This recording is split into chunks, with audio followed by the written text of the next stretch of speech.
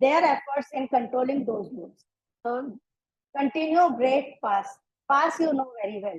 Yesterday we have discussed pass while discussing the conditional state. Okay. So purpose of continuous statement now. See, continue means it looks like a continue operation. Then what is the use? It is continuing now. Like, continue means skip the current iteration and move to next iteration. So if you want to skip anything unwanted statement which you don't want to execute for a particular thing, then you can continue the iteration, skipping that much portion for that particular value of an index variable. So for item in sequence, you must be able to understand for item in sequence, for is the keyword, item is the index variable, in is the, it will work on which sequence, and here we will write sequence. And then if condition, then continue. So inside the for loop, you can write the condition. If this condition comes out to be true, then continue. That means if it is not true, execute these statements. But if it becomes true, then skip these statements and go back and continue your operation. I hope you understood, and you will understand it in a much better way when we will discuss our example. Now, in this example, for I in range 5, so what does this mean? Sorry, for actually FOR, typographical error ho gaya. So for I in range 5, so loop will iterate from 5 times, but it will start from 0 by default to 4. If I is equal to 2, right? If I is equal to 2, then continue. So if I is 2, then skip this portion and go back. But if I is not 2, then just omit this, continue and print this. So continue won't work if this condition is not true. Till this condition remains false, automatically the control will be transferred to a statement and then again go back. But if this condition becomes true, then instead of going to this, it will continue its iteration by going back to the for checking the condition. So 0, it will print, 1, it will print, but as soon as it becomes 2, so 2 will not get printed because the control will not be transferred to this statement. Because you have written continue here, it will control the execution and it will send back your execution to go further to this for statement. Okay, so then again it will continue. Now nowhere I will become 2 and therefore 3 and 4 will be print. So this is it. And now this is okay. Oh, nice. So I have made this program, I forgot, but I couldn't. Okay. Now this program we have written to understand it in a better way. I mean to perform some operation also. So it's simple. We are performing now on list.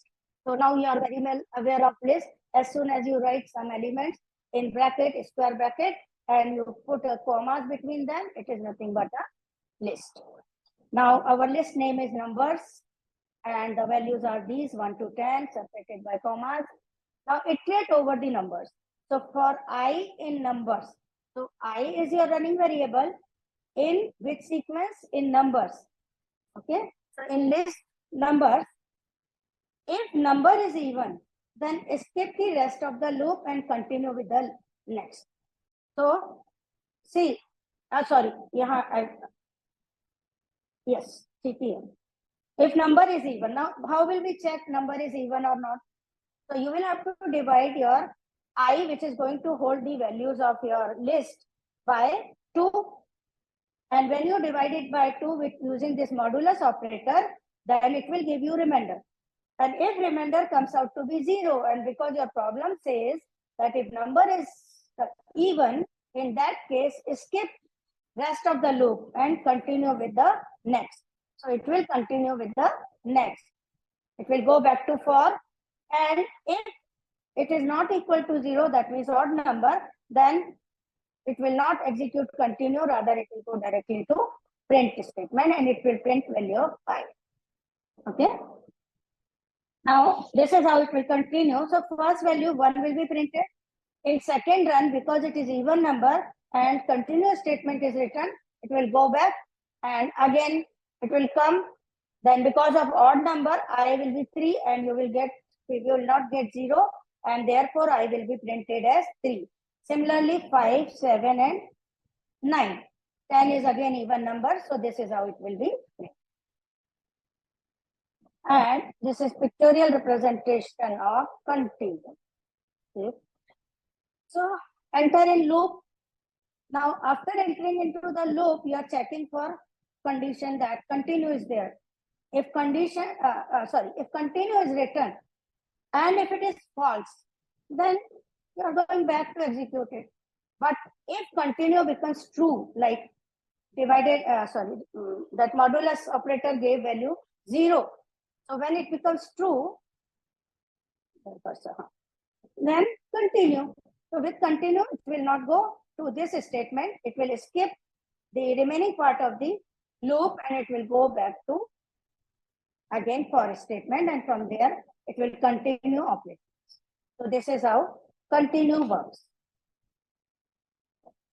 Now, okay, now this is break statement. Now break statement is used for stopping a loop when a specific condition is met.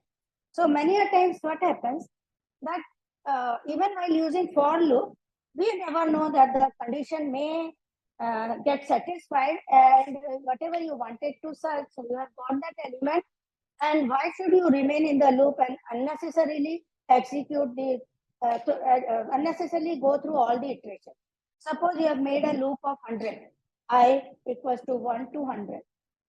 Now in this case, 1 to 100, that means that loop will execute 100 number of times. But if you are searching 5, and if your number 5 is at 4th position, say, so at 4th position you got the result that the number is there, so you should come out of the loop. But the for loop doesn't allow you to do so, because you have written 1 to 100 is obeying you, so it will go on executing it 100 times. So unnecessarily 96 iterations will be wasted, so you are wasting computer time, and therefore break statement is there. In such cases, we can make use of break statement. So then break means control will get transferred. Break means break lag gaya, no more in the loop. The control will be thrown outside the loop. So break is very easy. Don't have to trouble your mind. Break is there, must come out of the loop. That's all. Now in this example, fruits equals to again apple, banana, cherry, orange. For fruit in fruits. For fruits in fruit. Fruit is your index variable in your sequence fruit. So this fruit will hold the value apple first, then banana, then cherry, then orange. Now you are saying if fruit equals to cherry, then break. And you are saying print fruit. So first time it is apple, not cherry, it will print apple. Second time it is banana, not cherry, again it will print banana. But third time, because it is cherry, so it will break. It won't go to this print statement. It will be thrown outside this, and the program will stop. So this is how break statement is. Oh, this is your pictorial representation. Start. Check the condition. If condition is true, you have to break. So break it, and then if break, that means come and exit from the loop. So see how it works. Check condition. If that condition comes out to be true, so with the condition you have to write break. You just can't write simply break. You should know when to break. So break, and then when it is true, then it will exit from the loop. But if check condition is false, then see what happens. It will go to exit loop because you have reached to last. But if you are checking continue, and if it is no, you don't have to use this break statement. So if break statement is skipped, in that case, continue body of the loop, that means go back and do. So continue body means here we have written print statement, print I. right? Okay. Then pass statement, you know very well. It is a null operation, means do nothing. So even Python allows you to write a command which does nothing. It serves as a placeholder. I hope you remember. So when a statement is syntactically required, but no action is to be executed, in that case we use pass. So just pass, that means go to next statement, do nothing and go ahead. That's all. So for numbers 1, 2, 3, 4, 5, if the number divided by 2 equals to 0, then pass else print num. So to try this example. Actually, we do not use pass in this case, but at least you try and see what happens. So in this, what will happen? It will skip this when the for even numbers. That means for 2 and 4. So see what result you get. So this is your homework, and it is useful for structuring and planning future code implementation. So that you know, by now you know it very well. Then this is our last program. Yes, 29 is the last program. So here we are making use of while and for loop and if also. So whatever we have learned, we are using everything. I requested you to go through that algorithm of linear search. I don't know whether you have done it or not. I will try my level best to make you understand this program. Again, we are searching an element in given list, and our list is this. LST is the name of the list. This is variable name of the list. Variable, and this will store 352491. Now, okay. Number, you can use input statement or you can directly assign value. Now we have assigned value 5. Now when you assign value 5, you select a variable, you choose a variable to store the result. Now, or to manage the result, better way to manage the result. So position I have chosen, because we have to print the position. So we are making it in a double purpose use. We have chosen position, and the initial position is -1. And you know, -1 is nothing. Position can be 1, 2, 3, 4, right? So this position is -1 initially, and at the time of looping for I in range, now len lst. See, what is len? Len is the length. So this operation can be performed on a string constant, and when you perform the len is a function. So when this function is used and as a parameter we pass lst, then it will give you the length. So what is the length of your LST? 1, 2, 3, 4, 5, 6. It contains 6 elements. So this will be 6. So this way you can manage. So purposely I have, instead of writing range 6 in bracket, I have written this. So make it general program. So you can now even add more number of elements here, and automatically the range will take those many numbers. So it will change it number like that. Now if LSTI, now LSTI means which number? LST or I. LSTI is this number. LST when I is 0, and when I is 1, then LST 1 is 5, LST 2 is 3, LST 3 is 4, LST 4 is 9, LST 5 is 1. Hope you got it. So if LSTI equals to number and number is 5, so is it true? No. So position will not be equal. Position equals to I. It will be equals to I. So if this number is there, then let us make the position equals to I. Now what is I? I is your running variable, and it is holding your value. The 0, 1, 2, 3, 4. So 0 will be stored by, will get assigned to position. And then you break. Now when you break it, right? So what will happen? You will be thrown out of the loop. But will it come to, should you break here? When this will be true? When break will be executed. See, in this case, it will not be executed. When position is 0, that means it will not be executed at that time. it will go back and I will take the value 1. Value 1 means now it is holding value 5. So in that time, so when I is holding value 1, that time it will hold the value 5. And because it is holding 5, the number will be equals to this number. And now position becomes 1. Position becomes 1 and then break. So if this is true, then position equals to I, break. If not true, then just go on doing it. Did you get it?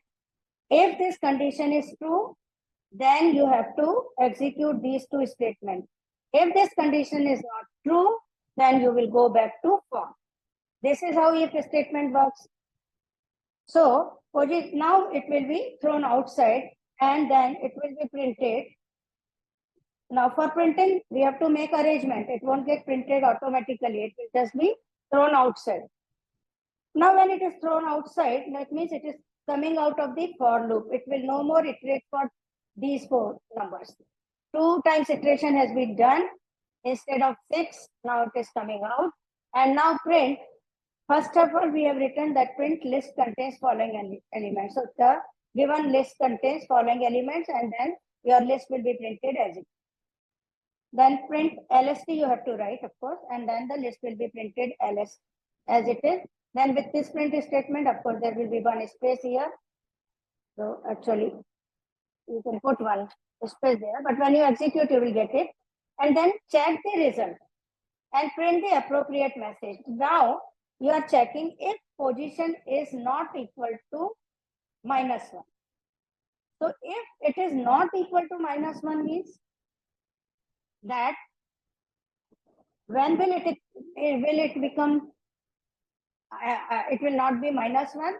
It will remain -1 till this condition is false. Once this condition becomes true, position will take the new value, that is 1 or 2 or from 0 actually. So 0, 1, 2, 3, 4, 5, any value it can take, but not, it will no more remain -1. Okay.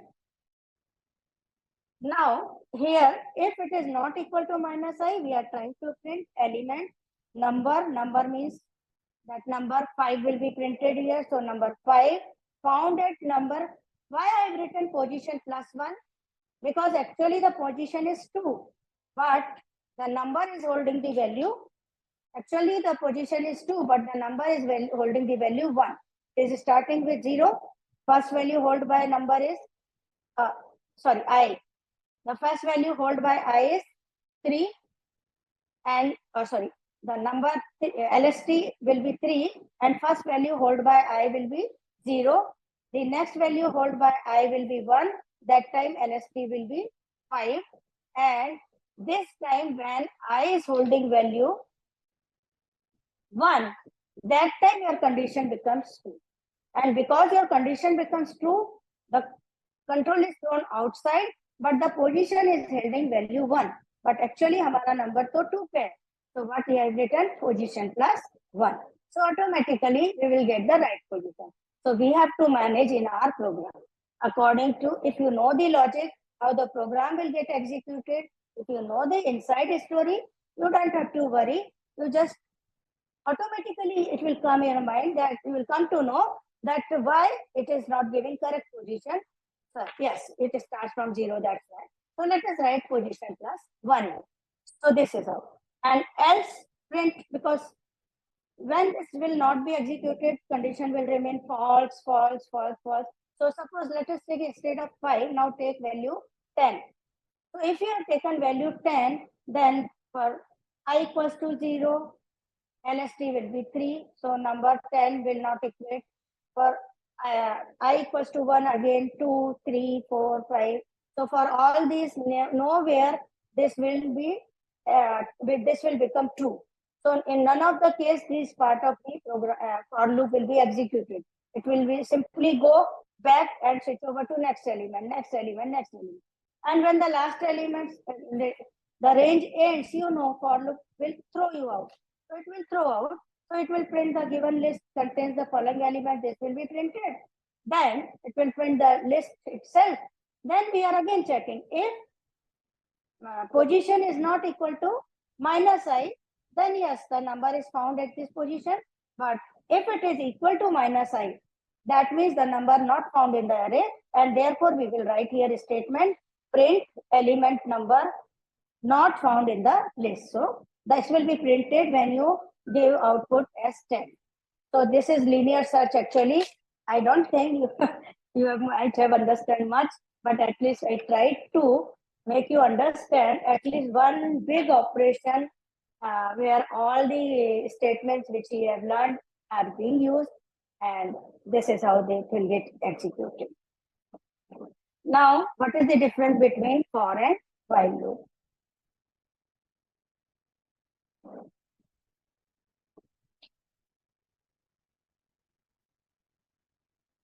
For loop is used to iterate over a sequence of items. While loop is used repeatedly while condition remains true. So always remember, this is for iterating from one to another till the last item reached. And while loop will be repeatedly execute all these statements repeatedly, that is block of statements repeatedly till the condition remains true. As soon as it is false, it will throw the control outside. For loop are designed for iterating over a sequence. Now you have learned it very well. And while loop is used when the number of iterations are not known in advance, or we want to repeat a block of codes until certain condition is met. Then for loop requires a sequence to iterate over loop, and while loop requires initial condition that is to be tested at the beginning of the loop. So it requires a sequence to iterate over, like how will it start? So it requires a sequence, but for while loop, we have to give initial condition, like we have given count equals to 0, and at latter part we were increasing count by 1, count equals to count plus 1. And this is how we were managing our while loop. Then for loop typically used for iterating over a fixed sequence of items, whereas while loop is used for more complex control flow situation. For loop is more efficient than the while loop when iterating over sequence, since the number of iterations are predetermined and can be optimized accordingly. And using len function, we can make it automate also. So it will be known in either case. Either you fix it or you use len function in case of string constant. While a loop may be more efficient in certain situations where condition being tested can be evaluated quickly. And not only this initial condition is required, the incrementing the initial, we have to initialize a counter here, and you have to increment the counter every time after executing all the statements which are written in the while loop. So till the condition is true, then if you are using the range like that. Otherwise, if you are using some other condition like I percent, if you are using modulus operand for testing even or odd number, then the case is different in while case. Now, key aware points. Loops are essential for automating repetitive tasks. They are fundamental for repetitive tasks. Python provides main 3 types of loops. While for nested loop, we have seen control statements, enhanced loop functionality that you have seen. Instead of this, you could have used if, but what kind of program you would have written, you can imagine for that. So it definitely enhances the loop functionality, and the control of your program is in your hand. You can easily change the range of the loop just by changing the range value. The final value, if you change 5 to 100, your loop will automatically get executed 100 number of times. So it gives better control, rather it gives very nice control over the loop. For loops are ideal for iterating over known sequences, while loop are best when number of iterations not known, and use break, continue, and pass for additional controls. Yes, these are the exercises. So first exercise, using while loop, please do them at home. write a program to print the numbers from 1 to 10 using while loop. You can do it very easily. Find sum of first 10 positive numbers. Write a program to find factor. This will be something new for you. Factorial of a given number using a while loop. If you find it difficult, then please let me know. Then I will give you in our as a resource material, I will provide you. Then for loop, again, try to print even numbers from 1 to 20. So how will you manage this? Step by 2. Use those 3 parameters were there.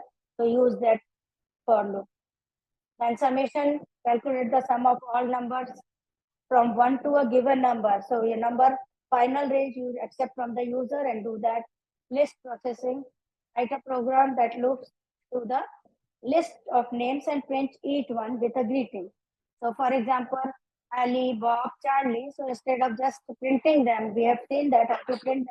But I am asking you to print like hello Alice, hello Bob, hello Charlie. So do this. Now please read this. I will wait for 2 minutes. Perhaps this may be true for you too.